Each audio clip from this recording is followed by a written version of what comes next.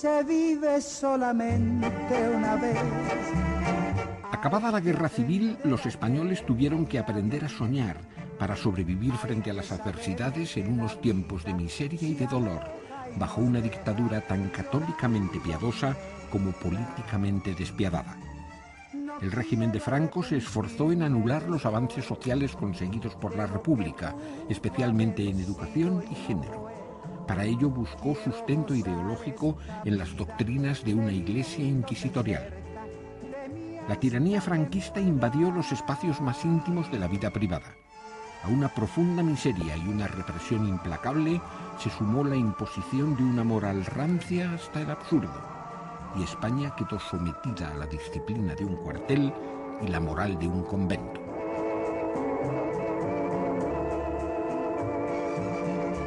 Se vive solamente una vez. Hay que aprender a querer y a vivir.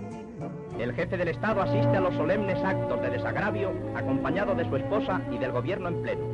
Pasa revista a las tropas que le rinden honores y es acogido con gran fervor y entusiasmo. La Iglesia Católica dictó unas normas de conducta que obligaban a amar en secreto, viviendo a contracorriente de la moral y de la ética oficiales.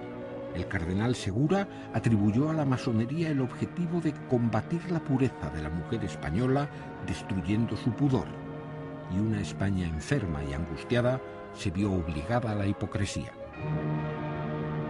La Iglesia empieza a vivir la posguerra, en mi opinión, como una de las fuerzas victoriosas de la guerra de liberación o de la cruzada, o con los distintos nombres con que la llamaron en la parte nacional, teniendo en cuenta que la persecución religiosa de España pues parece que es la más intensa y numéricamente la más extendida y con mayor número de víctimas en el siglo XX, por lo menos en Europa.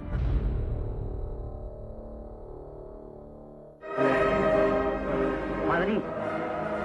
En la iglesia de Santa Bárbara tiene lugar un acto religioso hondamente emotivo en que el caudillo hace ofrenda a Dios de su espada victoriosa ante el cardenal primado.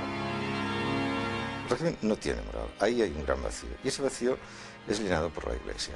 Aquella expresión de que la Iglesia dio soporte y sustento al franquismo, eso no es cierto. La Iglesia es el franquismo, es indisoluble. El cardenal arzobispo de Santiago contesta la invocación de su excelencia y le felicita por haber sido elegido por Dios.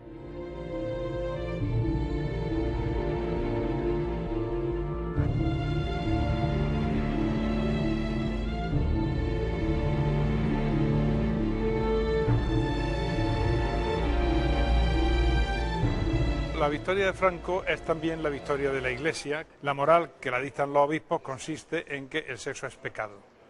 No solo es pecado el sexo fuera del matrimonio, sino que incluso dentro del matrimonio puede ser pecado.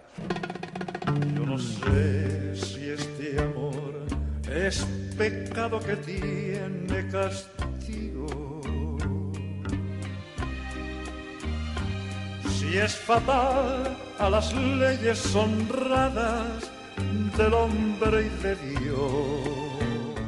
Mientras el régimen manifiesta una conducta extremadamente dura y estrecha, bueno, la propia de la Iglesia en aquellos momentos, por otra parte, el régimen, la dictadura, no tiene ningún empacho en torturar, en maltratar, en vulnerar todo tipo de derechos humanos en las comisarías, en las cárceles. La Iglesia lo que aplica es la moral vigente en el mundo universo, ¿no? En el mundo universo católico, ¿se entiende? Es decir, la moral de Trento. Y entonces las relaciones entre hombre y mujer previas al matrimonio pues están absolutamente reglamentadas por ese puritanismo de que no es posible ningún tipo de contacto físico.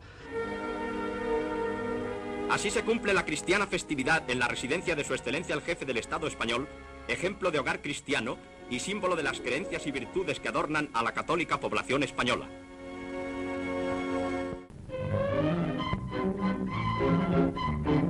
Los obispos afirmaron seriamente que el 99% de los condenados al infierno lo habían sido por faltar contra el sexto mandamiento. Tal vez por eso, el cardenal Play de Miel ordenó que las faldas taparan las rodillas y las mangas llegaran a los codos, además de cubrir los muslos infantiles. Y el padre Laburu diseñó unos bañadores púdicos que se inflaban como globos al entrar en el agua. Las últimas novedades para la playa, grandes creaciones de la moda veraniega. Todo ello nos prueba que España no está sujeta a la servidumbre de la moda extranjera. El baile agarrado fue declarado pecado mortal por el cardenal Pedro Segura y Sáez, que consideraba a Franco blando frente al mal, y la ternura quedó prohibida cuando el obispo Modrego Casaus proscribió todas las actitudes indecorosas y el descoco en las manifestaciones de afecto. El pecado estaba presente siempre y había que ser muy modesto, y si decías ibas un poco llamativo, estabas cometiendo pecado. Simplemente mirar, como miraras con una mirada que no les parecía muy clara, era pecado. Mirar era pecado. Había una serie de religiosos que de verdad temorizaban a los chavales, y los atemorizaban con aquellos ejercicios espirituales tremendos, aquellos follones, aquellos jaleos de ese niño que aquella noche tuvo pensamientos impuros y murió. Aquí veis. Y entonces te enseñaban un dibujo y se veía una cama con el niño muerto y tal, y alrededor, por la alfombra, se veían las pisadas del demonio que había dejado quemada la alfombra. O sea, era una cosa... Tomar la vida en serio es una tontería, no es un misterio, hay que vivir. Lo malo es padecer preocupación, lo bueno es carecer de corazón. La chica tenía que llegar virgen al matrimonio. Es increíble, pero todas las mujeres llegaban vírgenes al matrimonio, o una gran parte de ellas. Por lo tanto, no podían ceder sexualmente a las imposiciones del novio, porque entre otras cosas el novio podía dejarlas después. Así que tenían que guardar el virgo hasta el matrimonio.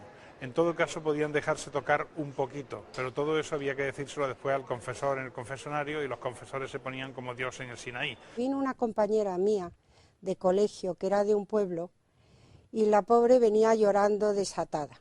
¿Qué te pasa? Ya teníamos alrededor de los 17 años y me dijo que me ha dejado mi novio. Digo, bueno, mujer, eso tampoco, ya encontrarás otro. Dice, no, porque es que soy de pueblo y en mi pueblo si el novio me deja, yo ya no puedo volver a encontrar nunca otro novio de mi pueblo. Niña Isabel, ten cuidado, donde hay pasión hay pecado. Niña Isabel, Azucena, ten cuidado con la pena. Había una plaza de pueblo con un templete en medio donde la juventud bailábamos, los chicos y las chicas bailábamos. Todo eso estaba vigilado por fuerzas vivas que consistían generalmente en un número de la Guardia Civil del cuartel cercano, y además o el párroco, don Antonio, o don Víctor, que era el coadjutor de la iglesia. Si había una agarrada, por ejemplo, con un paso doble, inconcebible, es que se levantaba el religioso, le decía a la gente de la Guardia Civil, aquellos, se levantaba y te separaba. Los guardas, que en lugar de dedicarse a velar porque nadie destrozara los árboles, lo que hacían era un seguimiento de todas las parejas que entraban en el parque y esperaban justo el momento más delicado de la relación entre la pareja para presentarse e imponer una multa.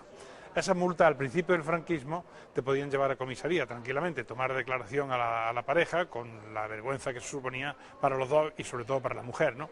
Pero también, además de una multa pecuniaria, te sacaban en el periódico con los nombres.